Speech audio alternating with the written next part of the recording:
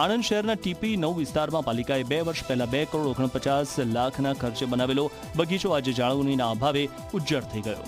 ગાર્ડનમાં લોન સંપૂર્ણ રીતે સુકાઈ ગઈ છે। આખું મેદાન ઉજ્જડ છે। બાળકો માટે લગાવવામાં આવેલા રમતગમતના સાધનો પણ તૂટી ગયા છે। કાર્પેટ તૂટી ગયેલી હોવાથી બાળકોને ઈજા થવાનો ભય છે। નિયમિત સફાઈ ન થતા કચરાના ઢગલા જોવા મળી રહ્યા છે। મિની ઓપન થિયેટરની બિસ્માર હાલત છે। તૂટેલા ઇલેક્ટ્રિક પોઈન્ટ સાથે સંપર્ક થવાથી જાનહાનિનો ભય સતત સતાવી રહ્યો છે। આ ગાર્ડન પાલિકાની બેદરકારીનો નમૂનો બની ગયું છે। લોકોમાં પણ આ મુદ્દે રોષ જોવા મળી રહ્યો છે। લોન સુકાઈ ગઈ છે। એની જે રૂમ બનાવી છે એની અંદર વાયર છૂટા છે।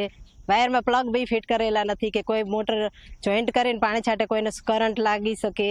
પછી પાણીનું જે પીવાનું જે મશીન મૂકેલું છે એ ચાલુ નથી।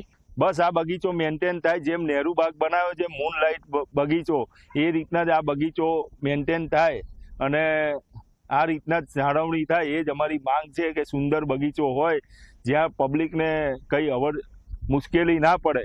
બાળકોને સંપૂર્ણ જવાબદારી જે તે બનાવનાર એજન્સીની હતી અને એજન્સીને અમે એને ફોરફીટ કરી એને ડિપોઝિટ બી જપ્ત કરી અને છૂટો કરેલો છે। હાલમાં તાત્કાલિક ધોરણે અમે પાણીની વ્યવસ્થા ત્યાં પૂરતા પ્રમાણમાં નહોતી, એના લીધે લોન સુકાઈ ગયેલ છે, પરંતુ હાલમાં પાણીની વ્યવસ્થા ત્યાં પૂરતા પ્રમાણમાં કરી દીધી છે।